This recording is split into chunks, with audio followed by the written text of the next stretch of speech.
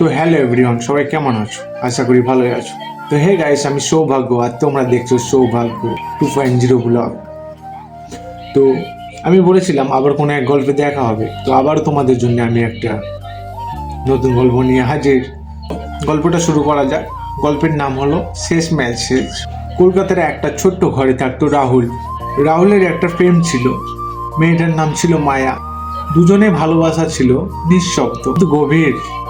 কিন্তু সমস্যা ছিল একটাই, রাহুল ছিল গরিব আর মায়ার পরিবার ছিল অনেক বড় লোক। একদিন মায়া কাঁদতে কাঁদতে বলল, রাহুল আমাকে ভুলে যাও, আমার বিয়ে ঠিক হয়ে গেছে। রাহুল কিছুই বলল না, শুধু হাসলো আর বলল, তুই ভালো থাকলেই আমি খুশি। এরপর কেটে গেল 3 বছর।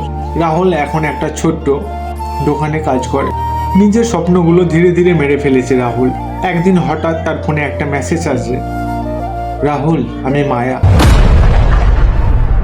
রাহুলের হাত কাঁপতে শুরু করে, তারপর চোখে জল চলে আসে। মেসেজে লেখা আছে, আমি সুখে নেই রাহুল, যাকে আমি বিয়ে করেছি সে আমাকে কখনোই ভালোবাসেনি। আজও আমি তোকে ভালোবাসি রাহুল।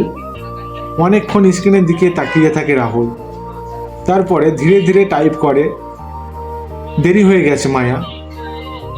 মেসেজটা টাইপ করার পরে তার হাত থেমে যায়। তার চোখে ভেসে ওঠে পুরনো দিনগুলো, হাসি কাঁদা প্রতিশ্রুতি। শেষে সে শুধু একটা লাইনই পাঠায়, তুই ভালো থাক এবার সত্যি করে।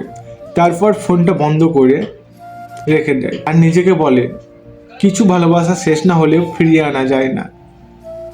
যে ভালোবাসা সময়ে পাওয়া যায় না, সে ভালোবাসা ফিরে এলে শুধু ব্যথা বাড়ায়। তো আজকের গল্পটা কেমন লাগলো অবশ্যই তোমরা কমেন্টে বলবে। আসলে এটা একটা রিয়ালিটি গল্প ছিল। ঠিক আছে, ধন্যবাদ, সবাই ভালো থাকো। আর শেষ পর্যন্ত ভিডিওটা দেখার জন্য তোমাদেরকে অনেক অনেক ধন্যবাদ। আচ্ছা ভাই, আবার দেখা হচ্ছে কোনো এক গল্পে।